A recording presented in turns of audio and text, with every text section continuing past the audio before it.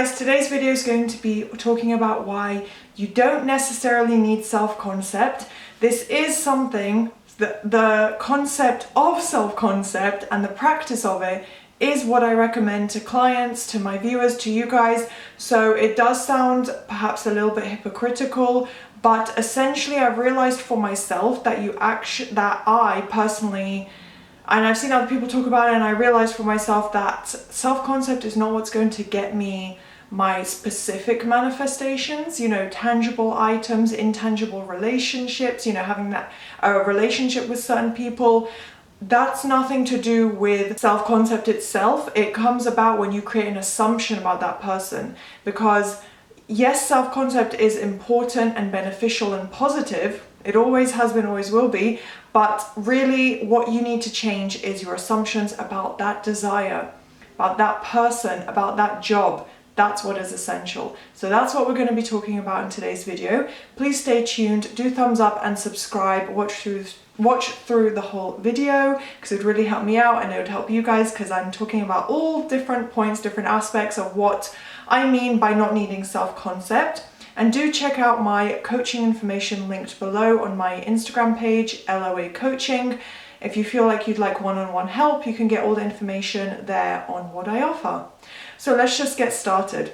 So first point is that what self-concept is most essential to, and when people recommend self-concept, or when I recommend self-concept and talk about in previous videos, which I have done many times, about how important it is, I mean in relation to how you feel about yourself and how that impacts your desire. Specifically when it comes to relationships with other people, a relationship with your SP, with your manager, with your friends, with your family, an SP, non-romantically even, anyone. Every relationship in your life is linked to self-concept. Again, the main thing is changing your assumptions. That's why I say loop your affirmations, loop your SP affirmations, be on a mental diet about your SP, about whatever specific person or relationship that you're working on manifesting. You need to focus on your assumptions about that person. However, when it comes to those relationships, that is where self-concept is really important. So it's only there that you should also be prioritizing just below your SP affirmations. You should be putting your self-concept next, because that is how people see you. That everyone is you pushed out. So however you see yourself is the reflection you're going to get back from other people, the treatment you're going to get from other people. If you have an assumption that in your relationships, you might think, yeah, SP's in love with me, SP has committed to me, and I know he's gonna, ask me to marry him. But if your assumption deep down in terms of self-concept is that, every relationship you've had, your boyfriend and partner has treated you badly, that is going to impact your relationship with your SP, even if it's just creating worries and insecurity in your own mind. It is linked to that relationship. So in that respect, if you have insecurities, you lack self-concept, you feel anxious about your desire, in this respect, it's your SP. If you lack self-love, self-confidence, any of those kind of things or experiences, that is where you do want to hone in on your self-concept, find at least 2 or 3 affirmations that combat that directly. It can be that I'm always loved and prioritized. It can be as simple as affirming that, and something like I'm beautiful, I'm cherished, I'm adored, I love myself. It can be anything along those lines. But that is where self-concept does come in as an important factor, in my opinion. Again, not essential to get your SP. I've seen a lot of people talk about manifesting an SP and they said, I barely did any self-concept work. I could tell they still had things to work on, yet they got their SP. So it's not, if you don't do self-concept, that you're not going to get your specific person or a relationship in your life won't improve. Number one is your assumptions and beliefs and thoughts about that person.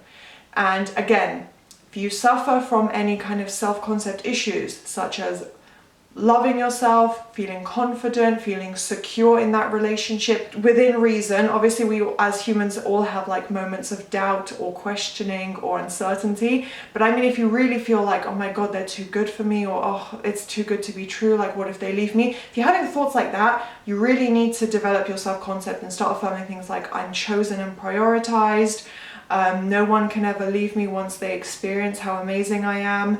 Things like that. That's just kind of off the top of my head, but they're pretty good affirmations. So hopefully that explains where and how self-concept should be applied as more of a priority.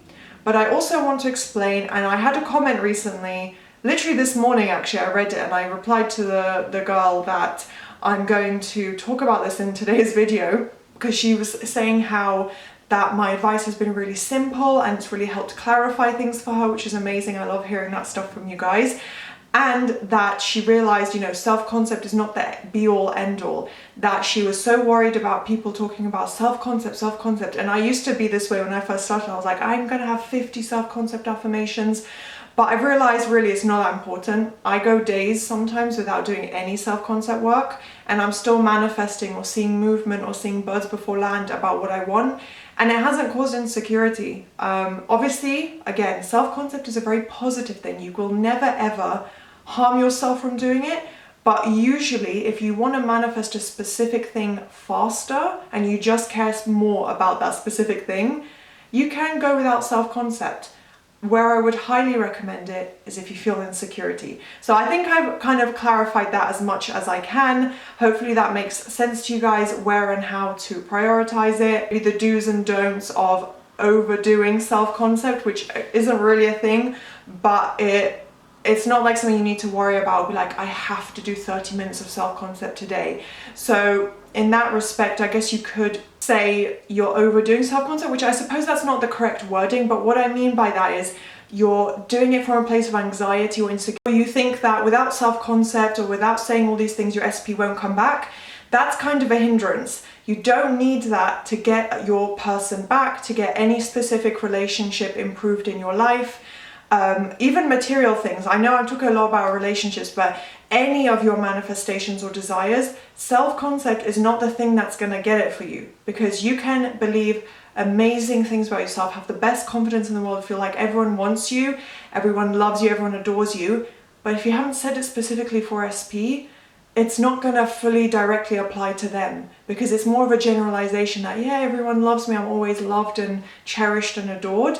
And yeah, you will experience some of that positive kind of feedback coming in from them eventually. But if you're not believing that they're texting you constantly, that they're taking you on dates, that they're ready to fully commit to you, if you're not saying those things, then you're just not going to really see that in your reality, or it might take a lot longer, you know, depending how negative or hardened into fact those assumptions have been. Like if you for years have thought, you know, SP won't commit to me, SP doesn't want to commit to me, then you have to be changing your assumptions about them, rather than just saying, I'm always chosen, I'm always prioritized, I'm loved. Because I fell into that trap for a while, and then I wasn't seeing the movement I wanted, and I realized it's because I was doing like hours of self-concept a day, which made me feel amazing and brought in tons of success and was obviously a positive impact, but it wasn't directly linked to my SP. So you got to keep that in mind. And when I say don't overdo self-concept, don't do it if you're coming from a negative or doubtful place. So overall, I just want to say that it's most important to focus on the assumptions, positive assumptions linked to your desire about your manifestation, rather than focusing on self-concept. You want it to be maybe like, I don't know, 75% manifestation, 25% self-concept, or 70-30, 60-40, something like that. I think that's a healthier balance in terms of changing your subconscious beliefs in a more quicker, in an easier way. I think, yeah, just prioritizing that above self-concept is most important. However, if you have suffered a lot from like self-doubt, anxiety, insecurity, like I said at the beginning of the video, that is the time when you do want to spend a little bit more time on self-concept